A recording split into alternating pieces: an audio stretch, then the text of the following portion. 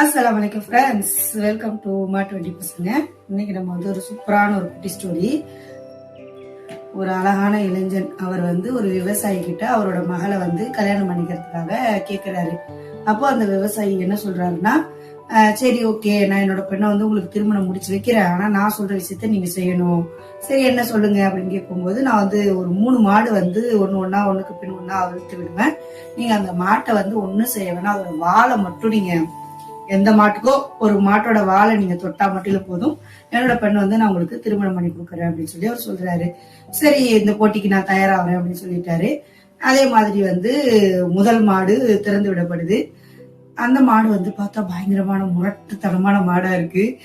போய் தொட போலான்னு பார்த்தா அது சீறி பாஞ்சி அவனை ஒரு மாதிரி அவர் பயந்துட்டான். மனசுக்குள்ள இன்னொரு ஆப்ஷன் இருக்குல்ல, இன்னும் 2 மாடு இருக்குல்ல, சரி அதனால இதை விட்டுருவோம்னு சொல்லிட்டு எந்த முயற்சியும் பண்ணாம விட்டுட்டான். 2வது மாடை திறந்து விடுறாங்க. அது என்ன பண்ணுதுன்னா, இப்படி திறந்து விட்ட வேகத்துக்கே பாஞ்சு ஓடி ஒரே பச்சையிலே வேலையை தாண்டி ஓடியே போயிடுச்சு.